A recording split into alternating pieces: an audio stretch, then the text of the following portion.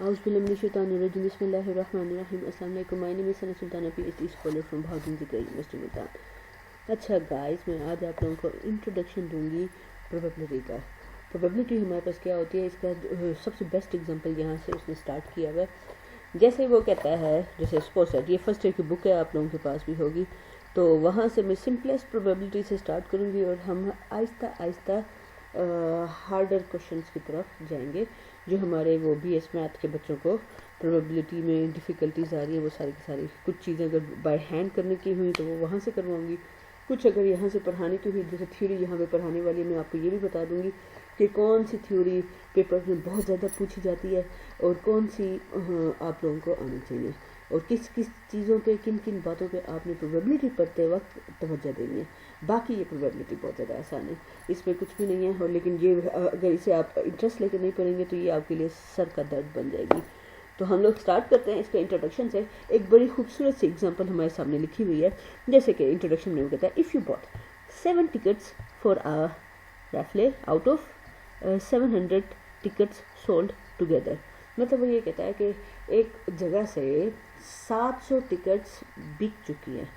अच्छा, जिनमें से तुमने 7 टिकट्स ले लिए, अब तुम्हारे पास 7 टिकट्स हैं।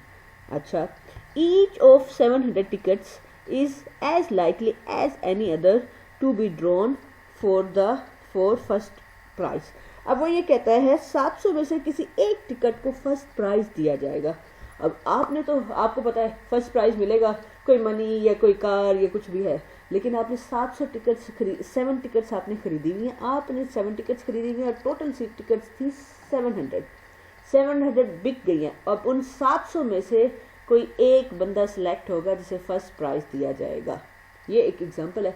अब आपने ली हुई हैं 7 टिकट्स, अब होगा क्या, यू वुड से दैट, आप अब ये सोचोगे अपने दिमाग में, you had 7 chances out of 700। आपके पास टोटल 700 हैं, जिनमें से आपके सिलेक्ट होने के चांसेस 7% है। 7% है, आपके पास 7 चांसेस हैं। हो सकता है जो 7 टिकट्स आपके पास हैं उनमें से कोई एक टिकट को सिलेक्ट हो जाए वहाँ पर फर्स्ट प्राइज के लिए, ठीक है। या हम in other words we can say that, और अ सिंगल चांस, आपके पास एक चांस है, 7 में से कोई एक है ना, आपके सिलेक्ट हो सकते हैं 700 में से कोई एक टिकट सिलेक्ट हो सकती है। और ये उसने क्यों बोला ये मैं आपको बताती हूँ। होता ये है, जो टोटल होते हैं ना उसे फ्रैक्शन के नीचे रखते हैं, और जो आपके पास जितने चांसेस होते हैं उसे फ्रैक्शन के ऊपर रखते हैं। अब कटिंग होगी, 7 से कट जाएगा तो 1/100 बनेगा। यहाँ पे इसलिए वो बोल रहा है, उसे इंग्लिश में बोल रहा है 1 मतलब a single chance out of 100, नीचे फ्रैक्शन के नीचे आएगा 100 for winning the first prize. तो इस तरह से उसने बोला सिंगल चांस आउट ऑफ 100। तो ये आप लोगों को कन्फ्यूजन इस बात पर नहीं होनी चाहिए, ठीक है। आपको एक आइडिया मैंने दे दिया। आइडिया हमारे पास क्या है कि आपके पास टोटल 700 टिकट्स थी, जिनमें से 7 टिकट्स आपने खरीदी। अब आप ये अपने दिमाग में रखे हुए हो कि अगर फर्स्ट प्राइज हो सकता है कि आपके पास 7 चांसेस हैं, आपके पास 7 चांसेस हैं कि आपका नंबर सेलेक्ट हो। अगर नहीं हो तो 7 में से आप सिलेक्ट नहीं हो सकते, ऐसा भी हो सकता है। या एक और एग्जांपल, एक और मैं आपको देती हूँ। जैसे हमारे पास, अब हम इसे पढ़ने जा रहे हैं, यहाँ पे मोस्टली हमारे पास एग्जांपल्स आएंगी, वर्ड क्वेश्चन आएंगे, जो जिसमें सिर्फ थोड़ी सी अक्ल होती है और थोड़ी सी जनरल इंफॉर्मेशन आपके पास होती है। उसके बाद तो सारी प्रोबेबिलिटी हलवा होती है, एक ही काम करना होता है, सिर्फ थोड़ी सी अक्ल लगानी होती है।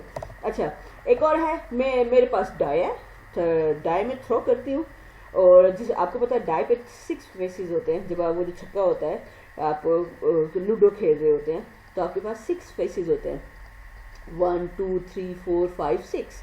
अब ऐसा होता है जब आप उसे थ्रो करते हैं तो अब उनमें से जो 6 पॉसिबल फेसेस हैं उनमें से कोई एक फेस आता है। ऐसा तो नहीं होता कि 6 भी आ गया और खुद ब खुद वो 6 ना 5 बन जाएगा, या खुद ब खुद 1 बन जाएगा, या 5 और 6 एक साथ आ जाएंगे। ऐसा नहीं होता, दोनों चीज़ें एक साथ नहीं आ सकती, दोनों में से एट अ टाइम एक चीज़ आएगी। तो अब इसका मतलब क्या है, 6 के आने की पॉसिबिलिटी क्या है। टोटल आपके पास कितना है, 6 फेसेस आ सकते हैं टोटल, और उनमें से कोई एक आएगा एट अ टाइम। तो आपके पास 6 के आने की प्रोबेबिलिटी क्या है, 1/6। इसी तरह वो 5 के आने की प्रोबेबिलिटी भी यही होगी कि आपने डाई थ्रो किया, 5 ऊपर आ गया, इसका मतलब क्या है 6 में से कोई एक नंबर आ गया। तो इसका मतलब है आपने ये नहीं कहना 5 आया, 5/6 बच्चे लगा देते हैं, ऐसा नहीं होता। आपने लगाना है 1/6। 1 क्यों? क्योंकि 6 फेसिस थे। आप उसे ये ना लो, उसे एज ए नंबर ना लो, आप उसे देखो फेसिस हैं, वो 6 फेसिस हैं आपके सामने। 6 में से मैंने डाई थ्रो किया, 6 में से कोई एक फेस आया, तो आपके पास 1 के आने की प्रोबेबिलिटी भी 1/6, 2 के आने की प्रोबेबिलिटी भी, 2 फेस के आने की प्रोबेबिलिटी भी 1/6, 3 के आने की भी 1/6, 4 के आने की भी 1/6, 5 के आने की भी 1/6 और 6 के आने की भी 1/6। मुश्किल तो नहीं है। इसी तरह हम लोग इसमें कार्ड्स की एग्जांपल बहुत ज़्यादा देंगे। अब मेरे पास टोटल 52 कार्ड्स हैं। मैंने अपने प्रीवियस लेक्चर में इसके कार्ड्स का इंट्रोडक्शन आपको दिया था। प्लेइंग कार्ड्स उसे बोलते हैं। 52 कार्ड्स होते हैं, उनमें से कोई एक पत्ता में ड्रॉ कर रही हूँ, वन कार्ड कोई एक पत्ता ड्रॉ कर रही हूँ, कोई एक। अब 52 टोटल चांसेस थे, 52 फेसेस में से कोई एक कार्ड मैंने ड्रॉ करने की प्रोबेबिलिटी हमारे पास क्या होगी 1/52। टोटल आएगा नीचे और ऊपर आएगा जो एक पत्ता ड्रॉ किया। अगर आपने 2 कार्ड ड्रॉ किए तो 2/52। तो डिपेंड करता है सिचुएशन पे। जब हम आहिस्ता आहिस्ता पढ़ेंगे ना तो सिचुएशन सारी पॉसिबिलिटीज़ में आपके दिमाग में डालती जाऊंगी। तो ये कुछ इस तरह के एग्जांपल्स हैं। तो आपसे पूछा जाए तो ये इसी तरह 2 अगर मैं डाइस थ्रो करूंगी तो 2 फेसेस आ रहे हैं और हमारे पास नीचे और टोटल हमारे पास 6 वो कितने चांसेस हैं 6 36 चांसेस हैं पॉसिबल, और उन पे 2 आ रहे हैं फेसेस, तो वो उसकी भी अलग सैम्पल स्पेस बनती होती है। तो ये सारा कुछ मैं आपको बताती हूँ। अभी पहले आपको जो बेसिक चीज़ है ना वो इसकी थ्योरी है। थ्योरी आपको आ जाए तो बस फिर तो मज़े ही मज़े, बल्ले बल्ले। चलो आ जाओ। ये एग्जाम्पल से आपको थोड़ा बहुत आइडिया मैंने दे दिया है प्रोबेबिलिटी का। प्रोबेबिलिटी के बारे में अब आगे बताया जा रहा है। Probability give us a measure for the likelihood. Probability हमें ये बताती है कि हमारे पास किसी भी चीज़ के आने के चांसेस कितने हैं। Likelihood that something will happen, कि जो भी चीज़ आएगी उसके आने के चांसेस कितने हैं। प्रोबेबिलिटी सिर्फ हमें इतना बताती है, वो हमें एग्जैक्टली नहीं बता सकती कि एग्जैक्टली ये आएगा। अभी तुम डाई थ्रो करोगे, अभी 6 आएगा, अभी 1 आएगा, अभी 2 आएगा, ऐसे नहीं वो हमें बताती। प्रोबेबिलिटी हमें चांसेस बताती है कि 6 के आने के चांस क्या हैं, किंग के आने के चांस क्या हैं, जोकर के आने के चांस क्या हैं, क्वीन के आने के चांस क्या हैं, बस वो चांसेस बताती है, एग्जैक्टली नहीं बताता। आगे however probability can not predict. अब वो बता रहे हैं कि प्रोबेबिलिटी प्रिडिक्ट नहीं कर सकती the number of times that an occurrence of actual happens. वही बात कि वो हमें ये नहीं बता सकते कि 6 कितनी दफ़ा आएगा, वो हमें ये नहीं बता सकती प्रोबेबिलिटी। अच्छा, फिर इसके बाद आगे क्या कहता है, most of the decision that affects our daily lifes. वो कहता है जो हमारे डेली लाइफ्स में हमारे जो डिसीजन हम लोग ले रहे होते हैं, lifes are based upon likelihood and not on the absolutely certainty. वो हमें ये कहता है कि हमारे जो डेली लाइफ के जितने भी होते हैं वो सारे के सारे इसी प्रोबेबिलिटी बेस करते होते हैं। ऐसा नहीं हो सकता कि हम लोग अगर किसी को भेजते हैं कि जाओ भाई आज सोहांजना खाने का दिल है, सोहांजना, हम ये नहीं कह सकते 100% वो बंदा लेकर आएगा। ऐसा भी हो सकता है कि वो ना लेकर आए। पॉसिबिलिटी है ना सोहांजना आने की, या तो आएगा या नहीं आएगा। तो दो पॉसिबिलिटीज है, दोनों में से कोई एक आएगा। 1/2। अच्छा, अब इसी तरह के बर्थ पे ऐसा ही होता है कि हमें अगर हमने पहले से हमने ना अल्ट्रासाउंड वगैरह नहीं पता, तो हम लोगों को यही होता है कि ये बेबी गर्ल आएगी या बेबी बॉय आएगा। तो ये बर्थ भी होने के कितने के चांसेस होते हैं, 2 पॉसिबिलिटीज़ हैं, तो दोनों में से कोई एक चीज़ आएगी। 1/2 अगर गर्ल आती है, 1/2 दोनों में से कोई एक बंदा आया। तो इसी तरह से और भी सक्सेस और फेलियर, इसी तरह से और भी बहुत सारी एग्जांपल्स हमारे पास हैं जिसपे आप लोग प्रोबेबिलिटी के बारे में अपनी डेली लाइफ में सोच सकते हो। आगे चलते हैं। In this chapter we shall develop methods to deal with problem certain with chance event. वो कहता है अब हम आपको कुछ इस तरह के मेथड्स इस चैप्टर में बताएंगे जो इन चांसेस को डील करते हैं। Some definitions, terminologies and notations are explained below. Enable students. अच्छा, अब ये कुछ डेफिनेशन हमारे पास आई हैं। ये मैं डायरेक्ट प्रोबेबिलिटी पढ़ाना चाह रही थी, लेकिन प्रोबेबिलिटी में ना कुछ चीज़ें आ रही हैं जो ना इन्हीं चीज़ों से रिलेटेड है, मैथमेटिक्स से रिलेटेड है। आपने सेट्स के बारे में 7th 8th क्लास से आप लोग पढ़ते आ रहे होंगे। सेट्स क्या होता है? Well defined collection of distinct objects, यही होता है ना सेट्स। सेट्स को डिनोट कैसे करते हैं? कैपिटल लेटर्स से। अंदर एलिमेंट्स को कैसे डिनोट? अल्फ़ाबेट्स भी हो सकते हैं, नंबर्स भी हो सकते हैं, और भी स्पेशल सिंबल्स भी अंदर हो सकते हैं। इसी तरह से उनको बंद कौन सी ब्रैकेट्स में करते हैं? कर्ली ब्रैकेट्स में करते हैं। एलिमेंट्स को सेपरेट कैसे करते हैं? कोमा लगा लगा के करते हैं। ये सारी बातें आपको पता है ना, हम बस इसे जल्दी जल्दी गो थ्रू करके आगे चले जाएंगे। और फिर बिलोंग्स टू के लिए हम कौन से सिंबल यूज़ करते हैं वो यहाँ पे है, और नॉट बिलोंग्स टू के लिए क्या यूज़ करते हैं वो भी यहाँ पे बताया गया है। तो ये इसको जल्दी जल्दी गो थ्रू करके ना आगे चलते हैं, ताकि जब ना हम लोग क्वेश्चन सॉल्व कर रहे हो ना, वहाँ पे सेट्स आए, एम्प्टी सेट आए, वहाँ पे सेट्स आपके लिए नए ना हो।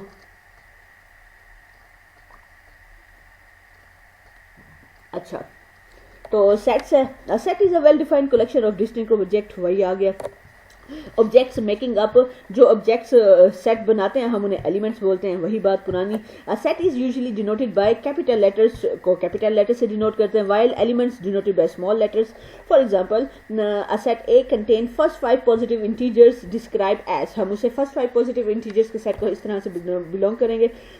सेट को डिनोट कैपिटल लेटर से कर रहे हैं, अंदर अल्फ़ाबेट्स भी यूज हो सकते हैं, लेकिन स्मॉल अल्फ़ाबेट्स यूज होंगे, और वो भी हो सकते हैं, नंबर्स भी यूज हो सकते हैं, कर्ली ब्रेसिस से उन्हें बंद किया हुआ है। If 3 belongs to the set A, अगर 3 अंदर है तो हम उसे मैथमेटिकली लिखेंगे 3 belongs to A, and read as 3 belongs to A.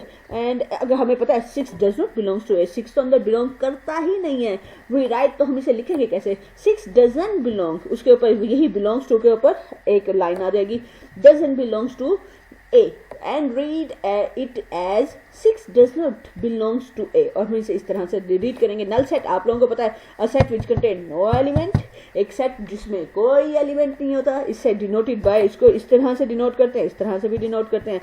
Next definition. अच्छा, सबसेट, ओ हो, वाह वाह वाह वाह, एक बड़ा सेट होता है, उस सेट के कुछ एलिमेंट्स एक छोटे सेट में आप डाल दो, कुछ एलिमेंट्स लेके एक सेट में बंद कर दो, हम उन्हें सबसेट बोलते हैं। वो जो छोटे वाला सेट है हम उसे बोलेंगे, ये जो छोटे वाला है, सपोज छोटे वाले का नाम ए रख देते हैं, बड़े वाले सेट को हम बी बोल देते हैं, बी के कुछ एलिमेंट्स मैंने ए में रख दिए, तो A is a subset of B, सब छोटा सेट है किसका? बी का। चलो आओ डेफिनेशन पढ़ते हैं। If every element of a set A is also, वो कहता है ए के सारे element is also an element of set B, वो सारे के सारे एलिमेंट सेट बी में भी होंगे, then A is said to be a subset of B, तो हम ए को बोलेंगे कि ये सबसेट है किसका? बी का, एंड इज डिनोटेड बाय, और हम इसे इस तरह से डिनोट करेंगे। तो हमारे पास ये हो गया, सबसेट हो गया। इसी तरह अब प्रॉपर सबसेट क्या होता है?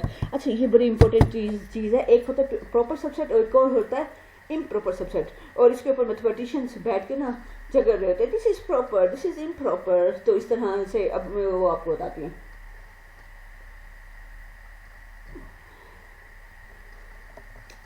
वो कहता है if A is a subset of B and B contains at least one element which is not an element of A, मतलब ये है कि B में एक या दो एलिमेंट ऐसे जरूर हैं जो A के एलिमेंट नहीं होंगे। A के तो सारे के सारे एलिमेंट B में हैं, लेकिन B ऐसा नहीं है कि B के भी सारे एलिमेंट A में होगा, मतलब B में थोड़ा सा बड़ा होगा A से, तो हम फिर बोलेंगे ए के सारे एलिमेंट अंदर है और बी बहुत बड़ा एक कमरा समझ लो, उसके अंदर एक छोटा सा पोर्शन ए का समझ लो, तो ए इज हम फिर ए प्रॉपरली बी में आ गया ना, फिट हो गया ना, तो हम इसे बोलेंगे A is a proper subset of B.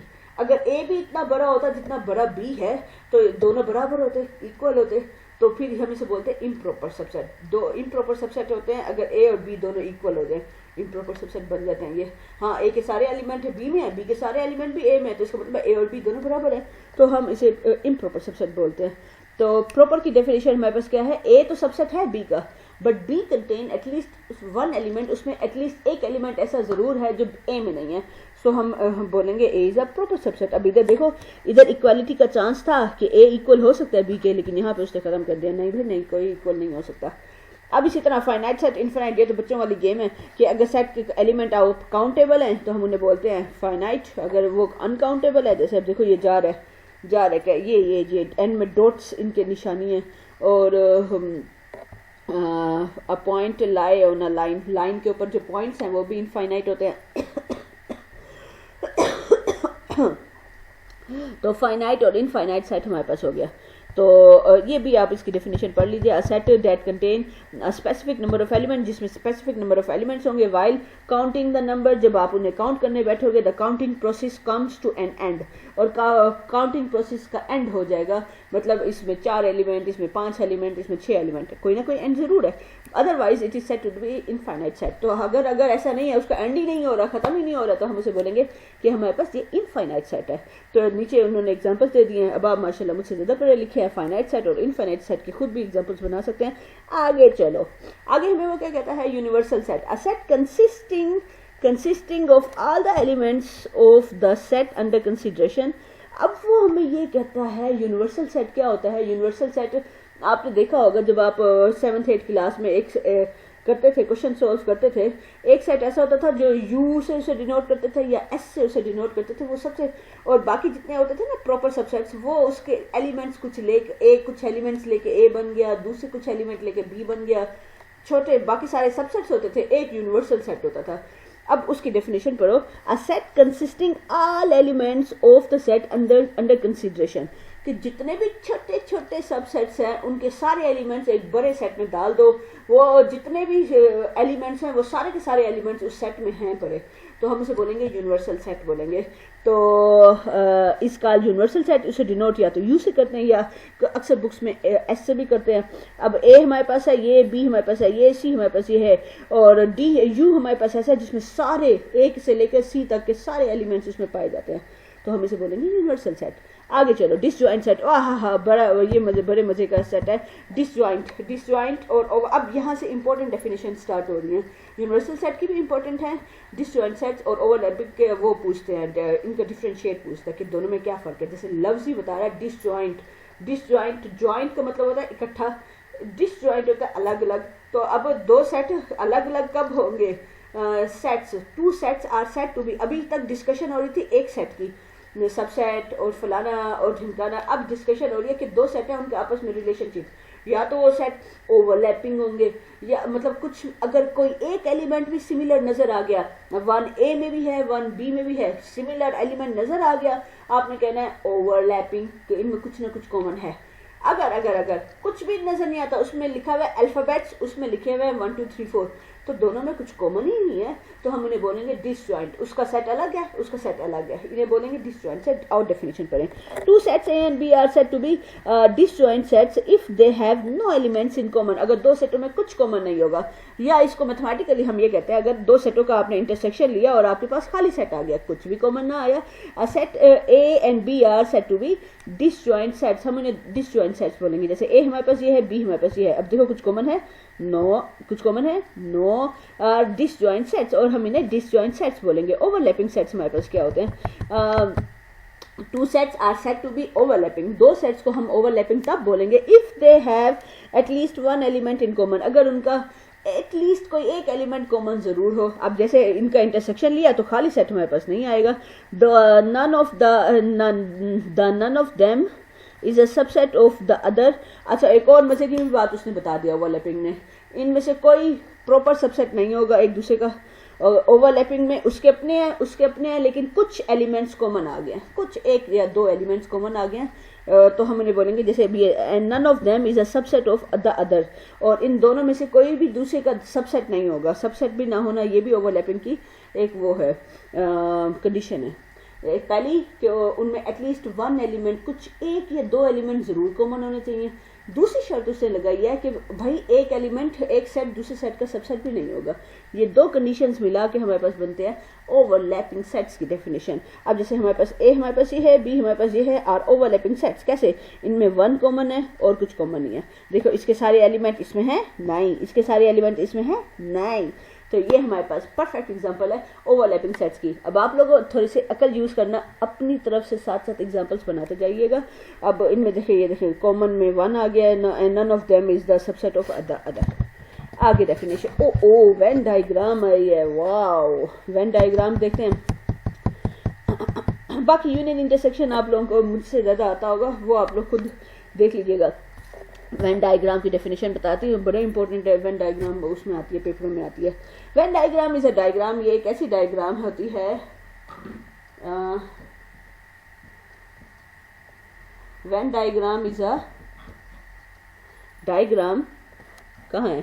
Venn diagram is a diagram in which universal set U is represented by a rectangle. वो कहता है यूनिवर्सल सेट को हम एक रेक्टेंगल से डिनोट करते हैं, एक रेक्टेंगल बना लेते हैं, and it's subset represented by circles, और इसके सबसेट जो है सर्कल से डिनोट करते हैं वेन डायग्राम में, ऐसा होता है. इन other words Venn diagram represent, अब या तो उसने तो बात ही खत्म कर दी. वो कहता है इसमें वेन डायग्राम में यूनिवर्सल सेट को हम रेक्टेंगल से डिनोट करते हैं और सबसेट जितने भी होते हैं वो सारे के सारे उन्हें सर्कल से डिनोट करते हैं.